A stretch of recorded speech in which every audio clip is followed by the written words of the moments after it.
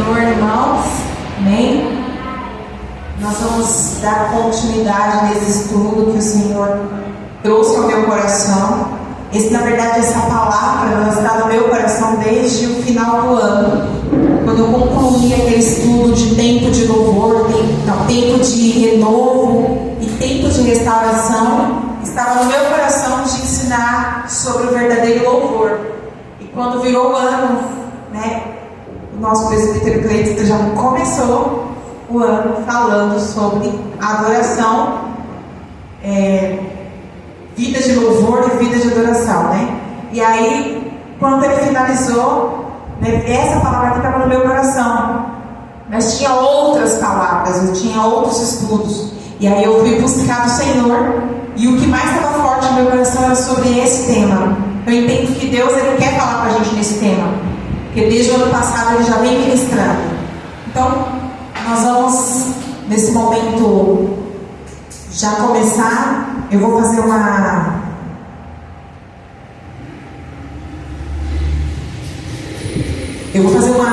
resumo, recapitulando tudo que nós já vimos na semana passada. Então, o verdadeiro louvor na prática, a gente leu João 4:23, que é quando Jesus fala para a mulher ali no poço, dizendo que a hora vem e a hora já chegou e agora, onde os verdadeiros adoradores adorarão ao Pai em espírito e em verdade, porque o Pai é espírito e convém que os que o adorem em espírito e em verdade. Glória. Aleluia. Nós explicamos um pouco sobre isso e falei também sobre a cosmovisão, que é a visão de mundo, que quando a gente tem uma visão do mundo, isso muda tudo na nossa vida. E falei também sobre a religião, que é o inimigo número 1 da adoração, que é o espírito e também uma doença, um câncer, que ele age com um padrão de pensamento mentiroso, com rótulo de verdade. E deu o exemplo do apóstolo Paulo, em Atos 9:1 e 2, quando o apóstolo Paulo, ele, antes de ser apóstolo, ele era um fariseu e ele estava perseguindo os cristãos em nome de Deus, em nome da religião, porque ele entendia, na sua forma de entender, que ele estava certo, mas era um espírito de religiosidade que os cegava da verdade. Também falei sobre a base da adoração, foi aqui que a gente finalizou. A base da adoração é reconhecer Deus e seus caminhos. A partir desta visão, ser feliz, contente, satisfeito, grato e muito grato por quem Deus é, por tudo que Ele faz e já fez na sua vida e por tudo que Ele ainda vai fazer. E nós lemos o Salmo 71, versículos 6 e 8. E hoje nós vamos pegar isso mais na prática com um exemplo. Nós vamos ver um exemplo de como é um culto de um religioso e como é um culto de um adorador verdadeiro aqui na palavra. Lucas capítulo 7. Nós vamos ler o versículo 36 ao 50. O Evangelho segundo escreveu Lucas, capítulo 6, 7. Capítulo 7, versículo 36. Capítulo 7, versículo 36. Que, esclarecendo algo, a palavra do Senhor conta duas ocasiões onde Jesus foi ungido. Uma ocasião ele foi ungido por Maria, que era irmã de Lázaro em Betânia, na casa de Lázaro, quando ele estava próximo a ser morto. E essa ocasião também é em Betânia, mas é na casa de um fariseu. E neste local, a mulher que unge já não é Maria, irmã de Lázaro, é uma pecadora, é isso que nós vamos ler. Diz assim, a minha linguagem é amplificada. Uma vez, um dos fariseus convidou Jesus a cear com ele. Entrando na casa do fariseu, ele assentou-se à mesa. E eis que uma mulher que vivia naquela cidade cidade, uma pecadora, especialmente perversa, sabendo que ele estava na mesa, na casa do fariseu, levou um vaso de alabastro com unguento, um perfume, posicionando-se atrás dele e chorando aos seus pés, começou a regar-lhe os pés com as lágrimas e enxugá-los com os cabelos. Beijava-lhe afetuosamente, carinhosamente os pés e ungia com unguento, perfume. Quando o fariseu que o convidara viu isso, disse a si mesmo: se ele fosse profeta, saberia quem e qual é a mulher que o tocou, pois é uma pecadora, uma pessoa banida da sociedade, dedicada ao pecado.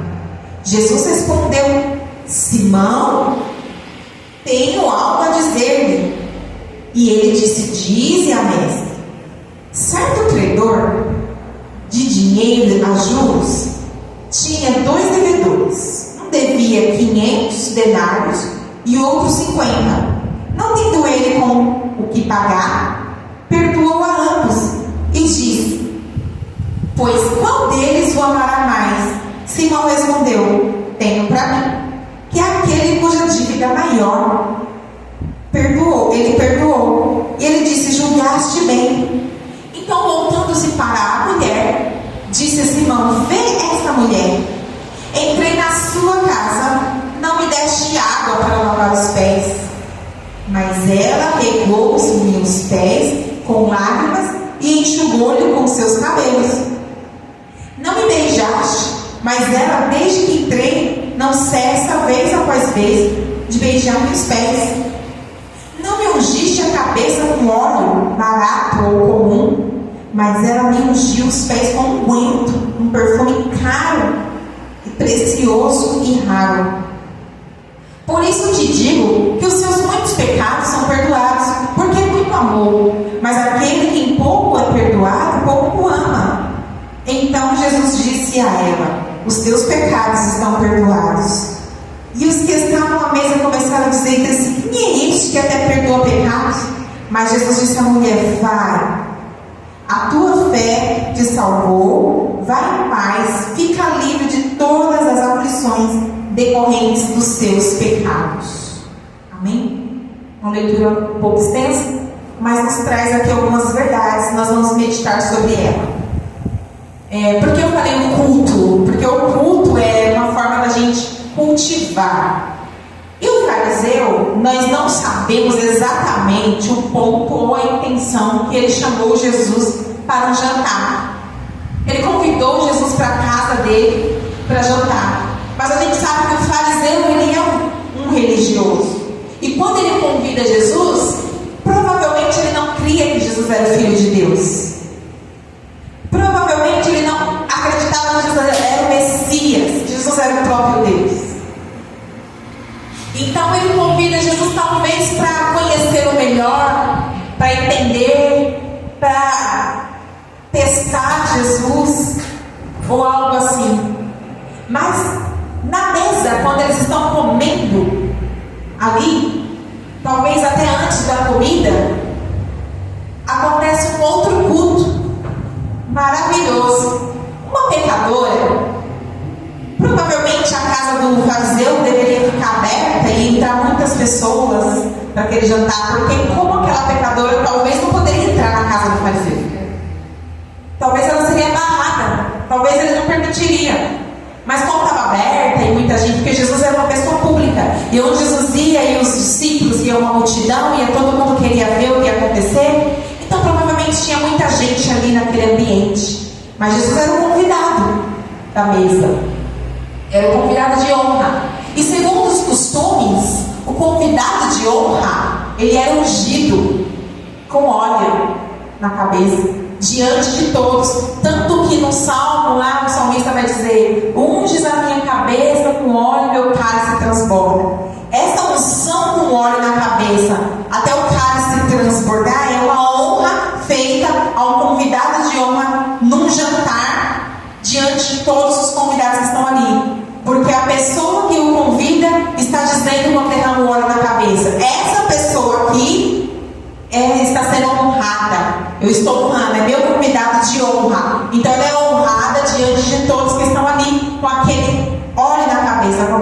azeite. Mas Jesus foi convidado para a casa do fariseu e ele não o cumprimentou com um beijo, que era o costume deles, não ungiu a cabeça de Jesus, nem mesmo trouxe água para lavar os pés, que também era o costume deles, lavar os pés. Jesus estava ali, ele ia comer, estava na mesa, mas não foi honrado como merecia pelo religioso. A intenção do religioso pode ser qualquer uma, menos de adorar, menos de amar, menos de reconhecer quem Jesus era. Ele não reconhecia quem Jesus era, mas um culto maravilhoso estava acontecendo dentro da casa dele ao mesmo tempo. Então muitas vezes nós vamos falar assim, nós, pessoas, podemos convidar Jesus para dentro da nossa vida, da nossa casa, pessoa, coração. Podemos convidar Jesus para dentro da nossa igreja, para dentro da nossa casa, lar. Mas podemos tratar Jesus não como ele merece ser tratado, não com honra, não reconhecendo quem ele é. Quantas vezes a gente banaliza quem Jesus é, a gente banaliza quem o Senhor é, e tratamos ele de qualquer forma, como o fariseu fez. Mas aquela mulher não. Ela soube que Jesus estava ali, ela pegou o perfume caro que ela possuía. E ela foi até lá, entrou naquela casa, que ela poderia ser barrada, poderia ser expulsa. Talvez o fariseu não tirou porque ele queria ver qual era a ação que Jesus ia ter. O que Jesus vai fazer? O que será que ele vai fazer com essa mulher? E deixou. E aquela mulher, quando chega diante de Jesus, agora vamos entender o culto dela. Ela era o quê? Pecadora, da mais perversa, da pior. E aí quando ela chegou diante de Jesus, ela chegou por detrás de Jesus e nos pés de Jesus. Ela reconheceu quem ela era e reconheceu quem Jesus era. Ali ela já o honrou como Deus, como Filho de Deus. E quando ela chega por detrás, diante dos pés de Jesus, ela pega e começa a derramar lágrimas. Lágrimas. As lágrimas dela podem nos dizer muito. Poderia ser lágrimas de arrependimento, poderia ser lágrimas de dor, poderia ser lágrimas de amor por Jesus, por o privilégio que eu estou tendo de tocar Jesus, mesmo que seja nos pés. Mas a pessoa, se nós tivéssemos o privilégio de tocar fisicamente em Jesus, que privilégio seria? Então ela estava ali nesse privilégio de poder tocar os pés de Jesus. Então ela beijava os pés de Jesus com muito amor, e ao mesmo tempo ela tinha dor, porque ela era uma mulher pecadora, vazia, rejeitada, discriminada. E quando fala mulher pecadora, todo mundo já entende que é na área da prostituição, né? É isso que a gente entende quando a gente lê o texto de uma mulher pecadora.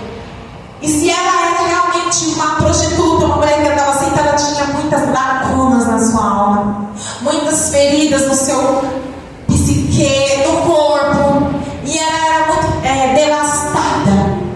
Ela era uma mulher que precisava muito de Jesus, do amor de Jesus, de ser curada, não numa doença, mas ser curada na alma, ser perdoada dos seus pecados, ser restaurada no seu ser. Ela necessitava de uma cura, de uma restauração. Então ela derramou ali a verdade sobre ela. Por isso Jesus fala em espírito e em verdade, sem máscara.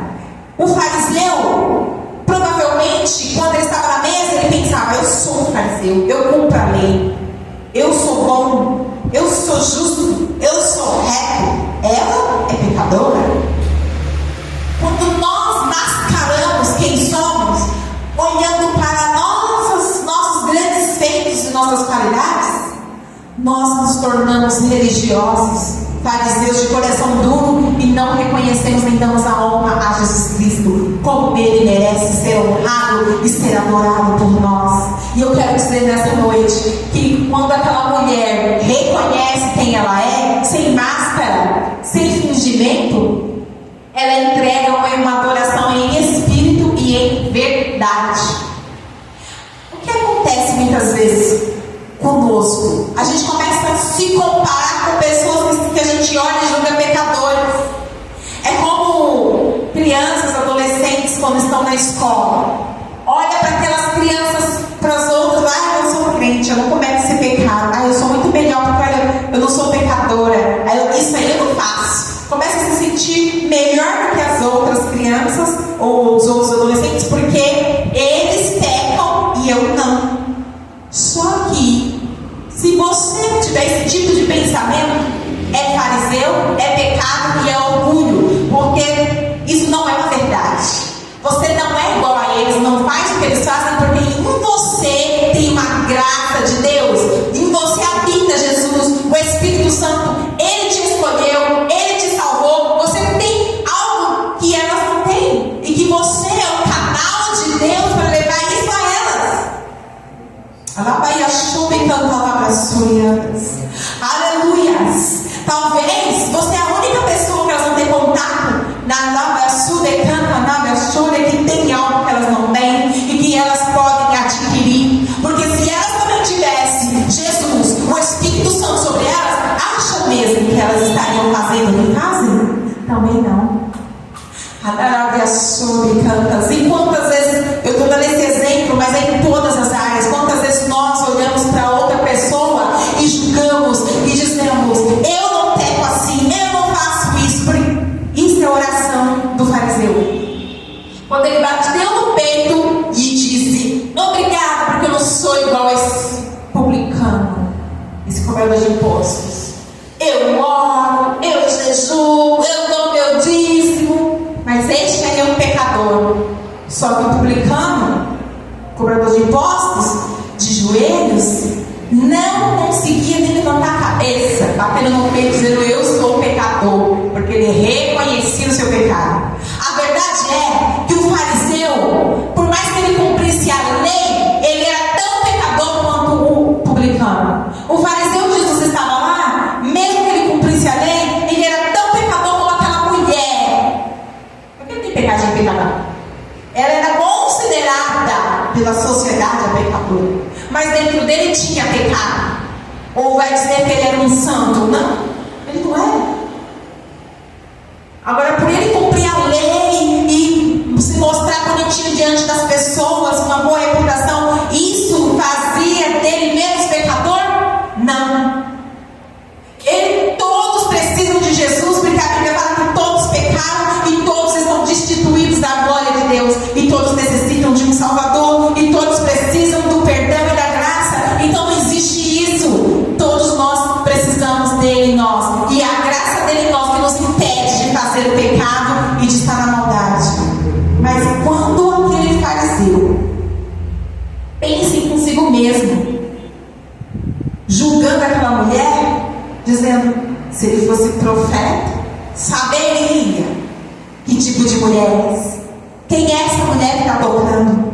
E ela ali, beijando os pés de Jesus, chorando, e a toalha que ela enxugava os pés de Jesus era o cabelo. Provavelmente os pés de Jesus estavam cheios de barro, de terra, empoeirado, mas ela não queria saber, ela não se importou, ela estava tocando naquele que é o Rei dos Reis, naquele que é o Senhor dos Senhores, naquele que é o Eterno, naquele que deu a vida a ela, naquele que poderia mudar a história dela, naquele que era o maior de todos, o Senhor dos Senhores.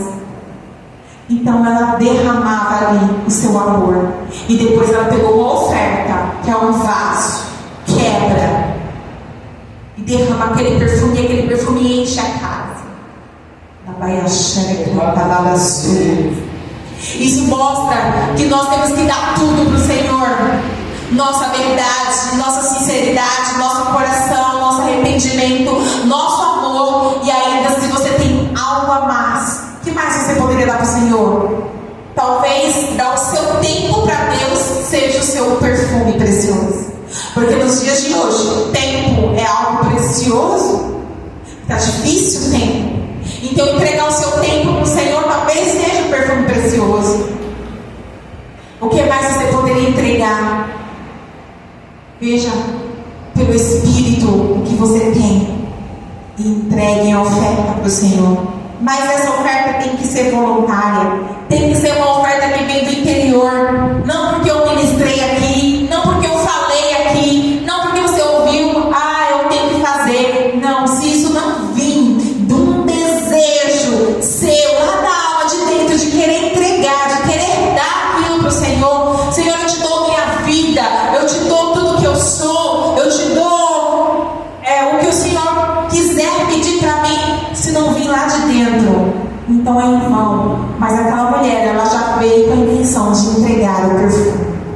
e ela derrama aquele perfume nos pés de Jesus.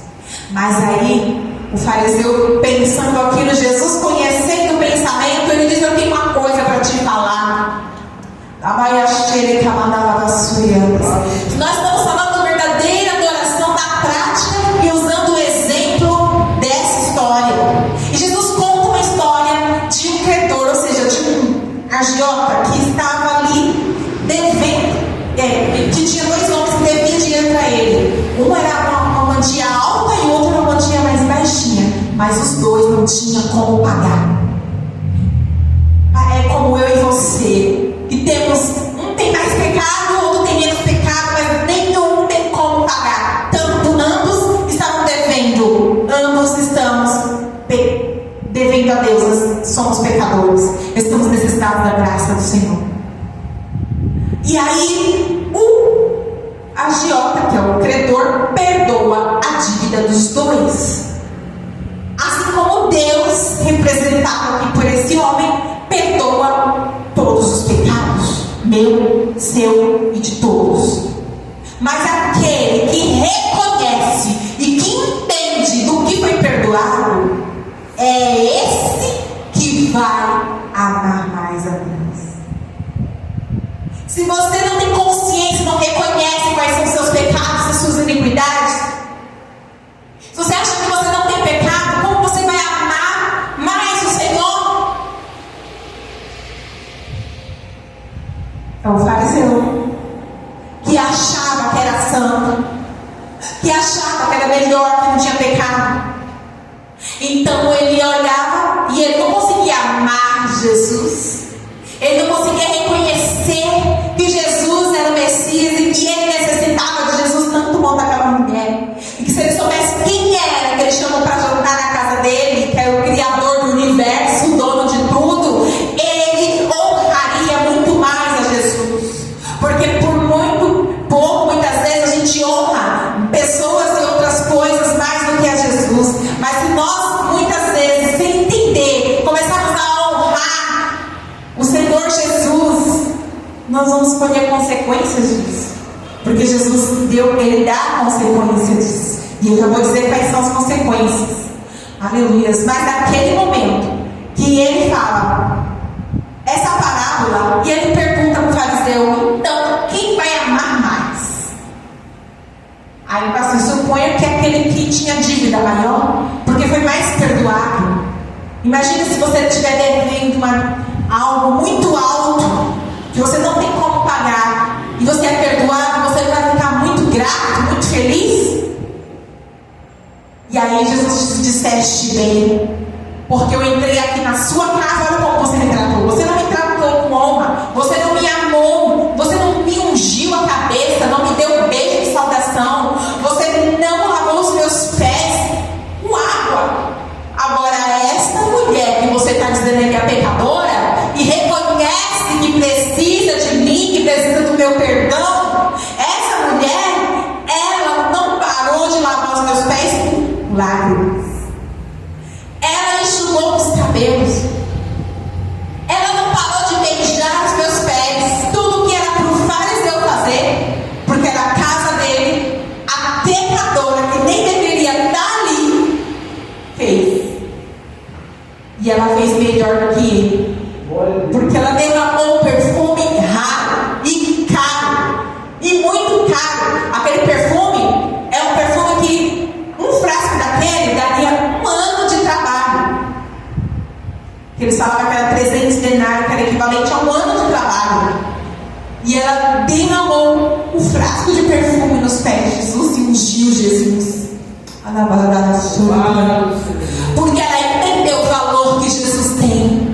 O valor de Jesus é muito mais do que perfume. Então não importa quanto custa, nós nos tornaremos adoradores a partir dessa visão. E o que eu quero trazer com essa palavra? Então vamos entender que do início que eu falei da cosmovisão, então aqui está tudo relacionado.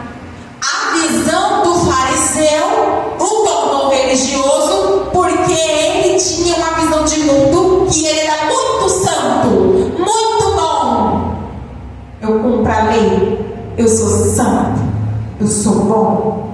A visão de mundo dele olhava para Jesus e dizia: quem é esse que está aí dizendo que é o Filho de Deus? Esse é um filho de um carpinteiro, está dizendo que é o Filho de Deus. A visão dele de mundo não era de que ele necessitava de salvação, que ele necessitava de perdão, que ele necessitava de Jesus na vida dele. Não, ele não tinha essa visão. Então ele se tornou um religioso, cumpridor de regras, com a visão cega, sem reconhecer quem Jesus era, sem dar a honra devida a Jesus, e é assim que se torna espírito de religiosidade, sendo inimigo da adoração. Porque quando nós não temos consciência de quem nós somos de verdade e de quem Jesus é, e quanto nós precisamos dele em nossas vidas, nós não conseguimos o adorar como ele merece. Nós não vamos receber Jesus com honra na nossa vida, nós não vamos dar a honra é a adoração. Essa parte que ela fez, honrando Jesus por detrás, nos pés, foi uma adoração melhor do que qualquer música bem cantada, afinadinha. Na mandala xerebi assumias. Porque a adoração, na prática, não tem a ver com cantar. A adoração na prática é um estilo de pensamento, é um estilo de vida, de conduta, de forma que você entende, que você faz, que você vive, como você anda, como você faz. Isso traz a glória para o Senhor. Olha como o fariseu fez. Ele fez de uma forma que não honrou, que não adorou ao Senhor. O coração dele era endurecido, o coração dele era seco. Ele não amou Jesus. Ele até convidou para jantar, mas não honrou como Jesus merecia ser honrado. Não reconheceu Jesus como Senhor, como Filho de Deus, como Salvador. Aleluia. Mas aquela mulher, por a cosmovisão dela já era totalmente diferente. Era: Jesus é o Messias, Jesus é o Filho de Deus, e essa é a minha chance, a minha oportunidade que eu tenho de tocar nele, de ir até ele, de o adorar, porque eu sou uma pecadora, mas eu sei que ele não vai me rejeitar, eu sei que ele vai me receber, eu sei que ele vai me amar porque ele é Deus, eu sei que ele vai me perdoar, mas eu preciso ir até ele. É a minha única chance. E eu vou levar o que eu tenho mais caro, mais precioso, esse perfume que tão maravilhoso, é esse que eu vou levar para poder derramar sobre ele, porque ele se merece. E ela foi. E ela entrou naquele ambiente, e ela ajoelhou, e ela se abaixou, e ela foi por detrás de Jesus, se humilhando. Então aqui nos mostra mais uma coisa: humilhação. Quando a gente se esvazia de quem nós somos, quando a gente se enche de quem somos, a gente faz igual o fariseu: eu sou. Quando a gente se esvazia, Senhor, eu preciso de ti, eu preciso, tem misericórdia de mim. E nas lágrimas dela, cheio de quebrantamento, cheio de humilhação, cheio de arrependimento, cheio de derramar diante do Senhor o amor por ele, ela recebe algo maravilhoso. E aí Jesus diz para o fariseu: por isso eu digo que todos os pecados, não é um, é todos os pecados que ela tem cometido estão perdoados. É a consequência de uma adoração verdadeira. Ele nos acolhe, ele nos ama, ele nos perdoa, e ele ainda nos honra, porque ele falou isso diante de todas as pessoas que estavam ali, diante do fariseu, dizendo: ela está perdoada dos seus pecados. Agora ela poderia levantar e erguer a cabeça e dizer: eu não sou mais uma pecadora, eu toquei em Jesus, e agora eu não sou mais pecadora, eu sou uma mulher honrada, eu sou uma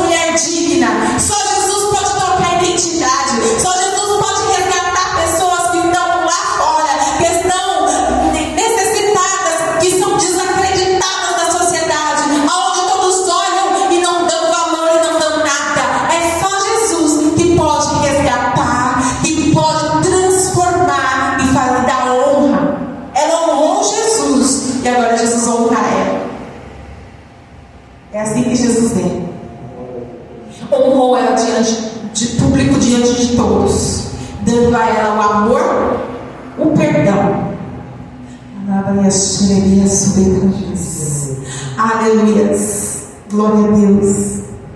E eles até ficaram admirados. Mas quem é este que até perdoa pecado? Jesus não se importou com essa admiração deles, mas disse para ela: a tua fé te salvou, vai em paz e fica livre de todas as aflições decorrentes dos seus pecados. Aleluia. O que Jesus está dizendo para ela? Você não é mais uma mulher aflita, você não é mais uma mulher vazia. Eu estou restaurando, eu estou curando você de tudo isso. Apenas um toque de Jesus e muitas coisas dentro de nós é curada e restaurada.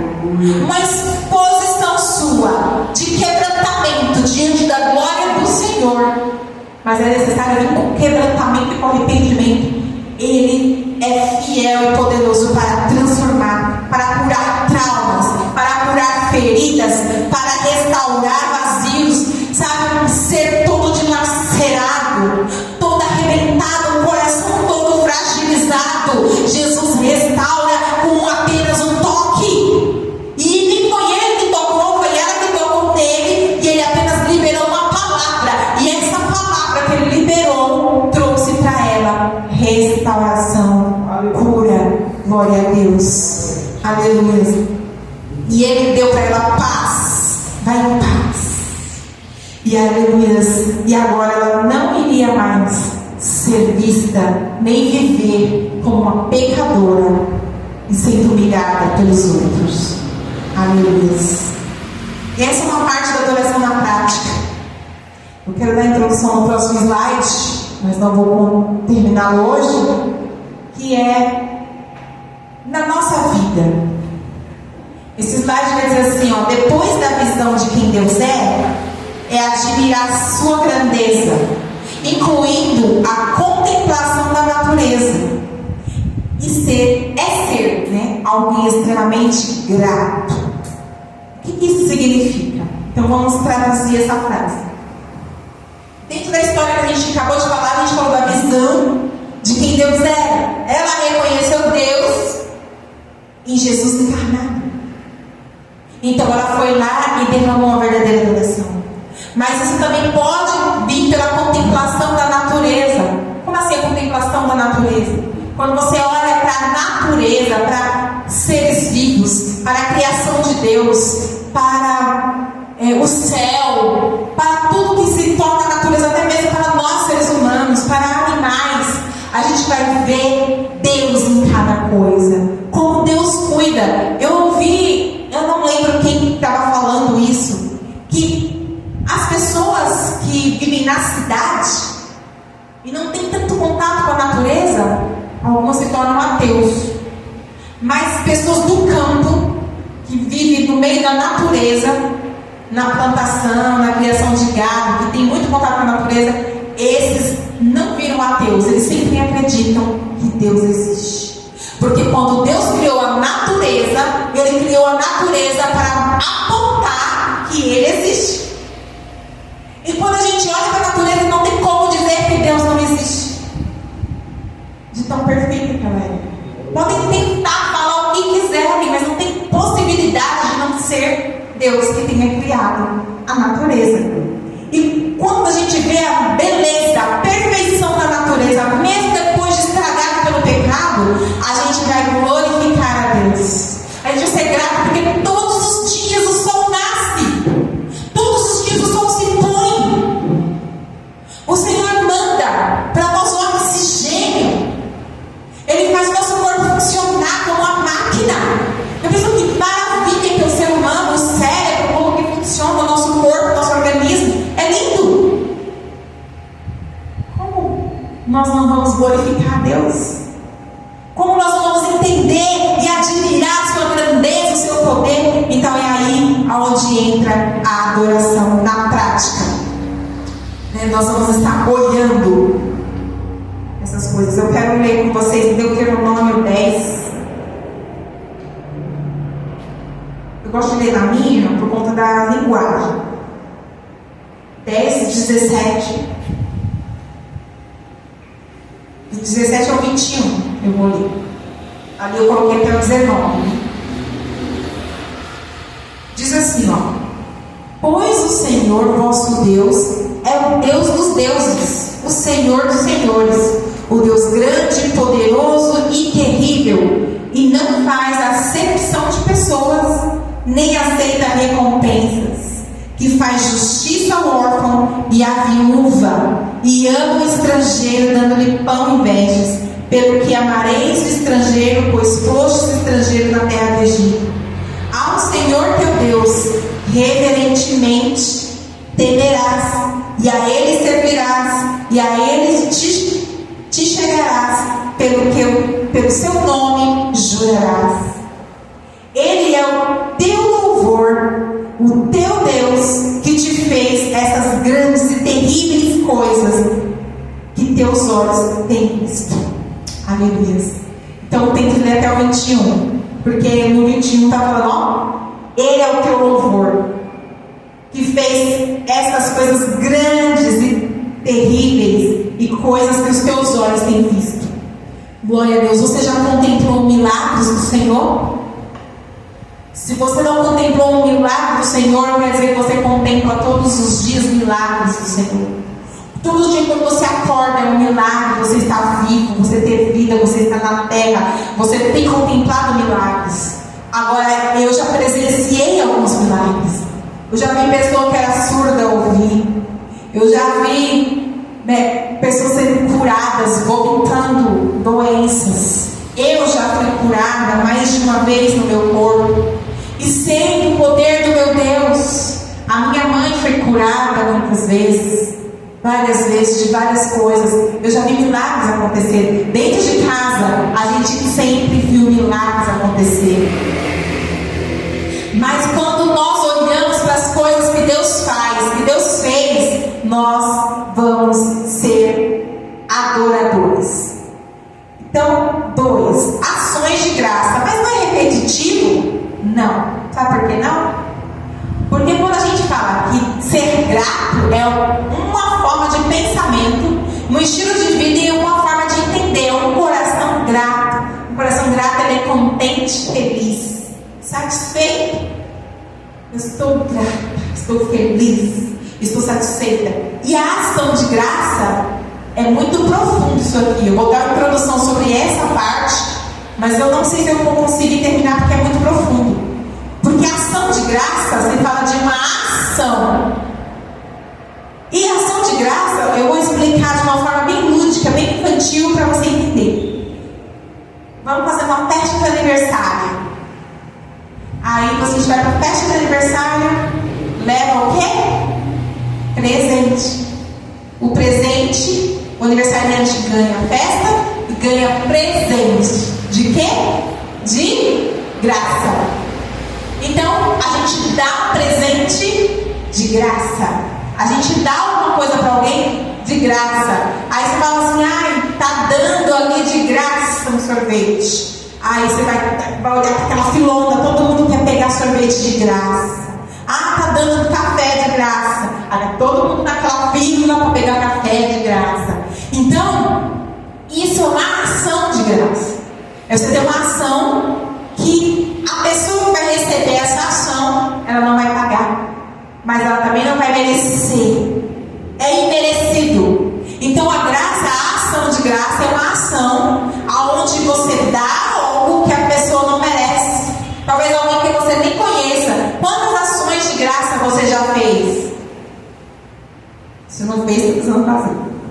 Quando você vai lá e faz algo por alguém que não pode te recompensar, que não pode te devolver, e que aquela pessoa que você fez e pronto, você não quer nada em troca, mas além disso, aquela pessoa não merecia essa bênção que você deu, ela não merecia este amor, e você foi lá e fez. Isso é uma forma de adoração, quando a gente entrega para Deus ações de graça. E como a gente entrega para Deus ação de graça? Não é só dando para Deus no templo, é dando a outras pessoas. Deus recebe como se nós estivéssemos dando para Ele. Quando você faz uma ação de graça por alguém, é como se você estivesse fazendo essa ação de graça para Deus. Filipenses 4, 6, que é onde está esse texto. Se alguém achar e quiser ler. Filipenses 4:6.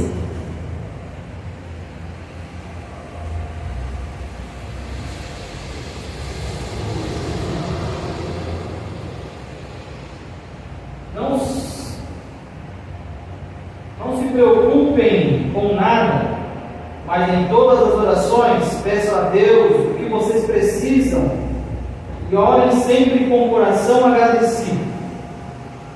Certo. Nessa versão está coração agradecido. E em outras versões está com ações de graça.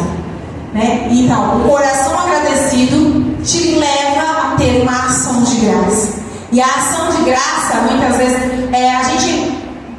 muitas vezes a gente fazia, né? Quando eu era criança, eu costumei ir em muitos cultos de ação de graça. Aí fazia aquele culto para agradecer a Deus. Era uma ação de graça. Fazia aquele culto com comida. E falava, ação de graça tinha comida. Mas a ação de graça vai muito além de um culto de ação de graças. A ação de graças é quando você faz uma ação para Deus, para alguém que não te custe nada. Isso é uma adoração na prática. Porque você tem uma vontade de coração e você é batizado em amor. E você vai com aquele amor, com aquela vontade de fazer. E você faz sem esperar nada em troca, porque você é agradecido pelo que Deus fez na sua vida. Então, trazendo agora para fechar sobre esse assunto hoje. Na semana que vem nós continuaremos. Fechando sobre esse assunto hoje de ação de graças. Muitas vezes a ação de graça ela vai estar atrelada, sabe ao quê? A quando nós, diante do Senhor, né, entendemos quem Ele é, entendemos o que Ele já fez por nós, né, entendemos que nós somos perdoados como aquela pecadora. Se você entender o quanto você foi perdoado por Deus, o quanto Ele te amou, estou falando devagar porque eu quero que vocês entendam. O quanto Ele te amou, o quanto Ele te perdoou, o quanto Ele fez por você, o quanto Ele transformou sua vida, você vai pegar exatamente isso que Ele te deu e você vai dar. Você vai querer que outras pessoas também recebam. Você vai perdoar quem te ofende, quem peca contra você. Não importa o tamanho do pecado que alguém teve contra você, a ação de graça é dar o perdão. A ação de graça é dar o amor que Cristo te deu, porque Ele disse: ame uns aos outros como eu vos amei, e a minha vida eu entreguei. Está pronto para ter essa ação de graça? Isso é uma verdadeira adoração na prática. Religioso não consegue entrar nesse lugar, porque ele não consegue nem reconhecer o perdão, ele não consegue nem receber a graça sobre a vida deles, porque ele já acha que já é, que já tem, que já pode. É um padrão de pensamento que acredita que já sabe o que é o necessário, já entende sobre tudo, não quer aprender, não quer mudar, porque já acha que já está. É o fariseu lá, religioso que a gente leu. Ele não precisa mudar nada na vida dele, porque ele já é tão bom que não precisa. Mas aquele que se comporta como uma pecadora, que reconhece que necessita, este alcança a graça de Deus, e não só para si, mas ele agora está cheio de graça para dar graça aos outros. Amém? Então finalizo hoje com uma parte de graças, de ação de graças. Na semana que vem a gente continuaremos. Semana que vem vai ter culto? Nós vamos. Na próxima oportunidade a gente vai falar sobre a confiança em Deus e descanso como verdadeira adoração, que nós precisamos aprender a adorar na prática. Então ação de graça, perdão é adoração. Quando a gente nega perdoar alguém, quando a gente não tem uma ação de graça, nós não somos adoradores verdadeiramente na prática. Nós só somos adoradores verdadeiramente na prática quando nós entendemos que nós precisamos da graça. A mesma graça com que o Senhor nos deu, o mesmo amor com que Ele nos amou, a gente dá para o outro.